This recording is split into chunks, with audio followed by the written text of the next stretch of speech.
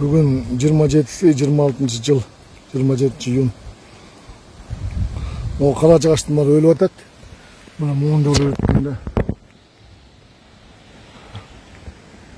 Bir daimi yok. Calbırak çok. Kırgızstan tokoylarının bari çirip kurtlap çok bolup baratat. Hiç kanday ökmöттön масштабный иштери алып барылган жок. Даже ушу таң аламда келип, ушу Япониянын келип, жер планетасын сактап кылайын деп япондор келип бияка акча вложить чуркап жүрөт, бирок биздики акчанын ресурсун башка жака буруп атат да, опыт кылганга аракет кылып атат. Опыт особо охраняемый природный парк. Түшүнсөңөр, ал жалкон жумушу. Мисалы жерде жыгылган карагай жыгылып жата берет. Мисалы жыгылган карагай тийбеске өлү чирип жок болуш керек да. Ал макул, 100 жыл илгери ветеринарный убагында болсо болот эле, естественно. А биз антропогенный деп коет.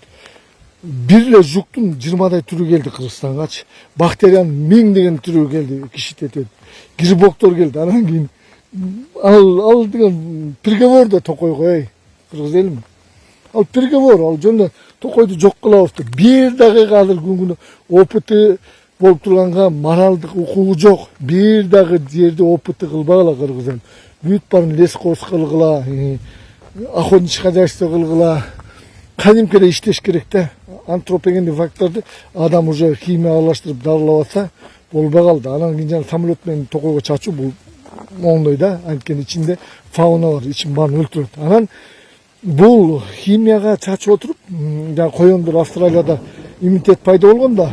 Даже биологический войнагачы бир чачканда конкретно жакшы дары чачып, өтө жаратылышка, фаунага зыяны жок дары чачып, мамлекетти сактап калышыбыз керек кыргыз элим. Упускать этип баратабыз кыргыз элим, упускать.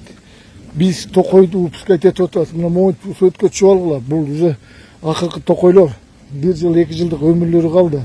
Эң сонун моменттерди кетирип атабыз да, политика деп отурупчу. Ошо колдон келсе, бир жакшы адам болуп калса, Садымды Кожоевич Орунтаевка ишенип калып турган, Нурдан Орунтаев сен айтчы депчи. Анткени ал эч кимге ишенбей калган да, Орунтаев порядочный экен да. Ошентип токой жаныбар жөнүндө мага ишенип калса, мен айтса, мен да ошонун жанында болот элем. Кыргызстан токоюн бир заматта оңдоп коет элем. Кыргызстан токоюн жаратылышын бүт бар. Бул деген готовый система бар сөйттесең. Булар просто могу иштеп аткан эмпошниктер.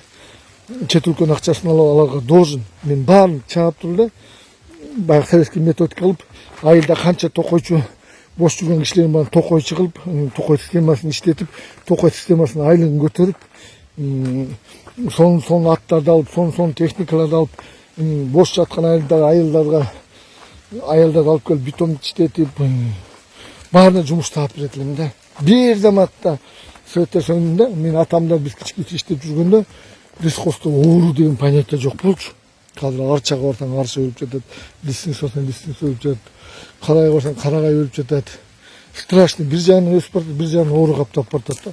А бир убакта казыр ушу эң опасный моментти упускать этип алсак, бүттү. Казыр жанакы Жалал Абадтагы лесер защитаның станциясы бар болчу. Канча жылдан бери жанагы непонятный кооператив чыгарбай турганда, бүгүнкү күндө уже ал сокращение тиги буда отуруп жинди деманды чыгарып ийдик бия болдучу. Бүт Кыргызстанга жайылып кетти.